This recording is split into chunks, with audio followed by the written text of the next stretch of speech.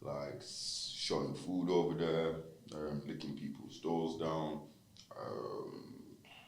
just doing hella mad stuff over here back in Manchester, Sheffield, back and forth.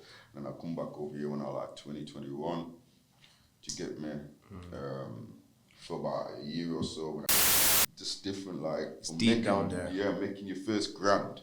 Like, there was a difference in them times. Making your first grand in Sheffield, people wanted to buy change, cars, and things like that. My first grand, what I wanted to do, which I did, was buy an artillery. You see me? Just look after myself. So that's, even though it's only 45 minutes away, that shows the levels of the lifestyle. It's different.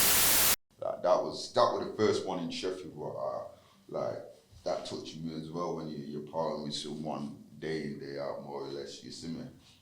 Do you know what I mean? And then boom, that thing there, like, how it happened, like, I was out, I can remember that day like yesterday, I was out on doing my thing on Cherry Green Fair Park, and then boom, when our veterans phoned me up and said, yo, Javon's been stabbed.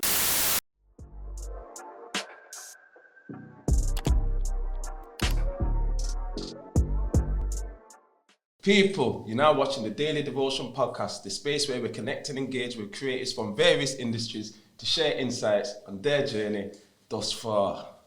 This one's overdue. This one's overdue. Introducing Youth Program Coordinator, past expertise in criminal activity, youth advocate and community leader, and the co-founder of Kennel Productions, my guy, Tyrone Bonus Salmon. What you saying, fam? What's good, doggy? Hey. Good. Give thanks. Long time, innit? Yeah, it's been a long time coming still. I know I'm take a while for long. Sort things out, but you see. But we're here. We're here. Looking dapper in them things there, looking fly. What's going on? Where you coming from? Just catch, man. What you mean, this catch garms in it, just flexing through, dog? Okay, the sunshine I beat now, yeah. Are you thinking a little, what? Couple. Couple.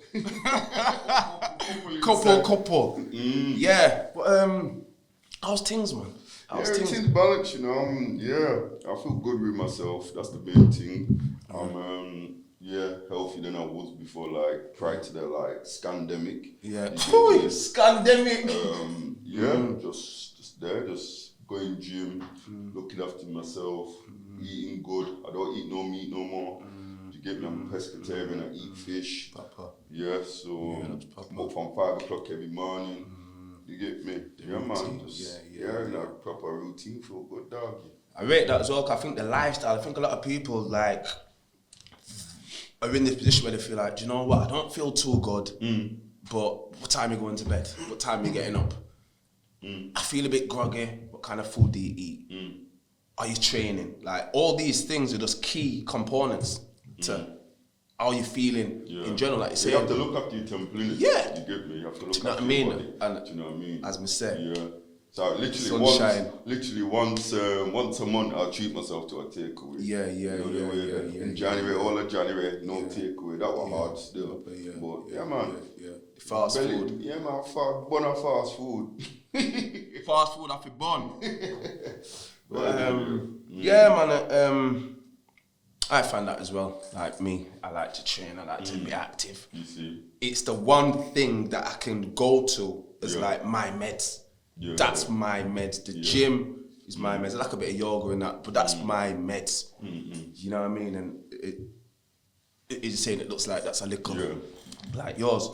Fam, let's get to it, because talking's I feel reason I feel happen. So tell me a bit about what life was like, obviously growing up in Chef for y'all, like around the ages of just saying, look, like 8, 9. What did the household look like? Your upbringing? My upbringing,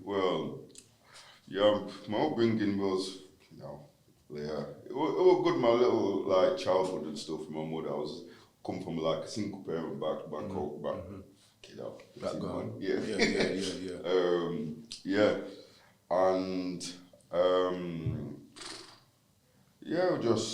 I just had some ordinary childhood, really and truly. It's just I just changed my mindset for when I started secondary school. Do you get me?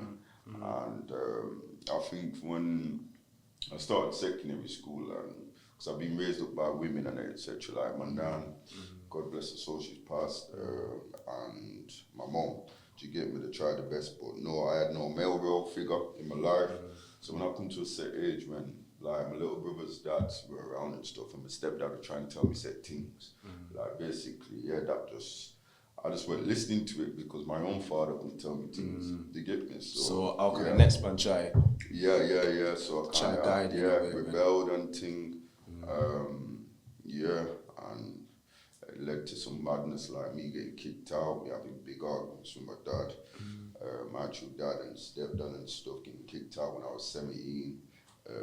Basically nowhere to stay. My first night, in fact, because I'm from Fair Park in Sheffield, first night I stayed on a park bench in Parsons Cross. And it was so, because it's way back when, my nana, she had to fax over the money to get me and for the train station for me to go over there, because I didn't have no money and etc. Do you know what I mean? Then I went to Manchester, 17-year-old. I come back over doing like showing food over there, licking people's doors down, just doing hella mad stuff over back in Manchester, Sheffield, back and forth. And I come back over here when I was like 2021 to get me for about a year or so when I had my first daughter. And then I went back over there for like 2 years, come back when I was like 25. Got locked up for some food. Come out of jail. Thought to myself, let me stop doing this shit, but do you know what I mean? I got broke, so I went straight back into all the things I knew to get me. So basically just doing mad stuff on the roads. So wait, God, boy, there's a lot there. And it's like, he's trying to capsize it. You can't capsize it, so you have to expand a little. So obviously, raising a single parent home, predominantly around women. I can relate to that because me, my sister, predominantly. In fact, have you got any siblings other than your half siblings? Yeah. All my siblings are half. Okay. Basically, my mum's got two sons. Okay. Yeah. And then my father's got about, I think altogether it's about 10 hours. On the ground. So were you around the same age as your siblings at the time, or were you older or Which younger? siblings? My mother's or my dad's? Both. I work really around my dad's kids. Okay, your mum's my mum's, a little bit, but not my youngest brother. I'm like 17 years older than him. So there's a big age gap there. So I worked really, I was up, like basically in and out of Manchester them times and do what I was doing. And I mean, before that though, I'm talking about at the age of like say 8, 9, 10, when you're still innocent Tyrone. Oh yeah. What did life look like then? Oh, just normal, like any other you. Ramping like my football. I used to have pogs and but I'd probably keep up F with them. It'd be like like with the pogs and I'd rob people for the pogs. It's like I always had that little thing in my head when someone's got something I didn't have. I'd have to, especially if them pushing them and flaunt it, I'd have to rob them. Simple, rob them down. Do you get me? And it's not a good thing, do you see me? So was that because there now we talk about almost like a poverty mindset now. And obviously, even though life was good, as you know, children growing up at that age, innocent, we don't really understand a lot of the concepts in the world, but we just know that we don't have what other people have. Or we don't have the same things that person's wearing or them shoes. I think all of us have had some sort of experience where we can say, do you know what I mean? But that whole situation bred you into a man that say, do you know what, in my bed, it's my things. It's like the first time I got bagged was I was about 11-year-old. Because it's like I managed to creep up a little bit of pee from doing my little everywhere else I was doing. And I bought some board, it was only probably a quatty, a Q, and then boom, I was on Jailhouse Road. And I can remember getting grabbed to get me. I only got like a caution, and I can remember when I got locked up now. because I was too young. My mum, I needed a parent. Still a minor, innit? Yeah, appropriate adult. Yeah, my mum did chat to me for a whole week, even passing my school money and this and that, and that type of shit there, bunny me, you get me? But yeah, all that there when I first got locked up, so I looked at it, it's like some things in my head, it's like I just wanna dash away my head. Do you get me? Because I've done a lot of stuff and it's some horrible stuff. Do you know what I mean? And I didn't really remember that, to be honest, until I got when I was so I'm now working in etc. And I look through my DBS, it's like 5 sheets long of my stuff all the time. I've been grabbed. Activity. Yeah, and I'm like, rah, from 11. Yeah. Do you get me? And I think, shit. You get me? What was I thinking then? And then I got to sit back and think, rah, tired, like, yo, what were you doing? And do you get me? And boom, bam, bing. But yeah, so, but yeah, from 11-year-old, I first got grabbed. And it's, and I'm 36 now. Do you know what I mean? And yeah, it's a lot, man. Do you know what I mean? Hands had a run. It's not. It's had a run. It's not a joke. Yeah. So obviously, then you're saying, boom. When I start touching secondary school, which is around the age of 11, I'm running things now. This is me already being grabbed by police. This, and that. Do you think that would have? Because I don't know how safe the roads were then. Obviously. Man, obviously hear things going up, them man up there doing that, them man up there doing that, but we're still just children. You get me? The mind isn't even developed to even understand what was going on. Did you have a lot of people around you at that age, like older than that, who were doing certain things and man thought, yo, I want to do that, or was it just a thing it was. You had it in you anyway? It was, because people get shocked of like how I am, to be honest, in some set degree. Cause the school I went Ecclesfield School. That was predominantly like a white school, like, more or less like I was the only black guy in there. Not in the whole school, but in my year I was the one with that long hair, sagging, to get me, only the black guy in detention and thing. I was there with the mouth always like, always one of them ones, you see me? But we're like, when I was, cause I've got a big family in Manchester and etc. and out of town in other cities, and some weekends rather than chilling with my school friends from Ecclesfield School, so going up Chapeltown, Ecclesfield and stuff like that. Some weekends I go there, but some other weekends I would go to Manchester, where I've got friends over there and stuff. So yeah, so the mindset over there, do you know what I mean? It's completely, even though it's only 45 minutes away, it's just different. Like, it's deep down there. Yeah, making your first grand.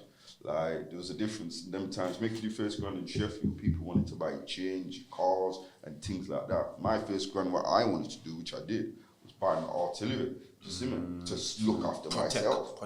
So that's, even though it's only 45 minutes away, that shows the levels of the lifestyle is different. I would think, car and thing. I was thinking, anyone bother me, I'm going to put them on the bike. You see me? I can't have no man touching me. You see me? So, yeah, things like that. And so, yeah, I think that molded me and changed me, like, who I was and who I am now, because I had,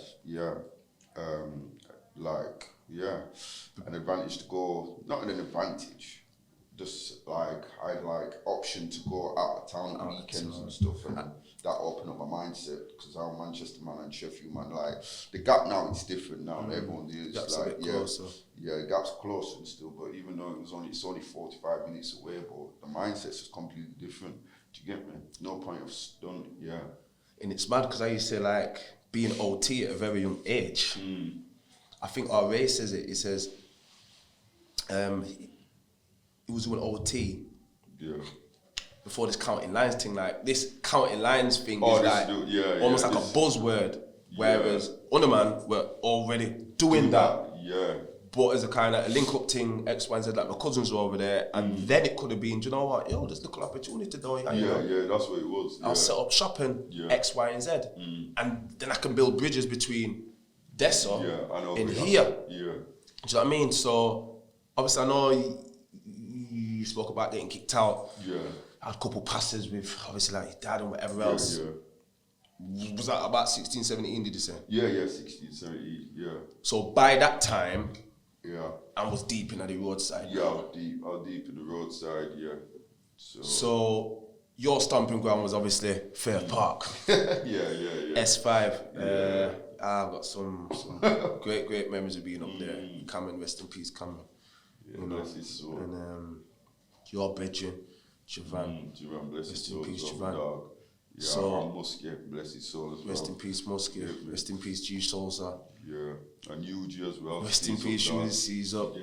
Yeah, there's a lot like all that there. I had a lot of people who's even I know from like Manchester who's passed. Do you know what I mean? It's like my first funeral I went to as a friend, for like on a friend level rather than a family thing.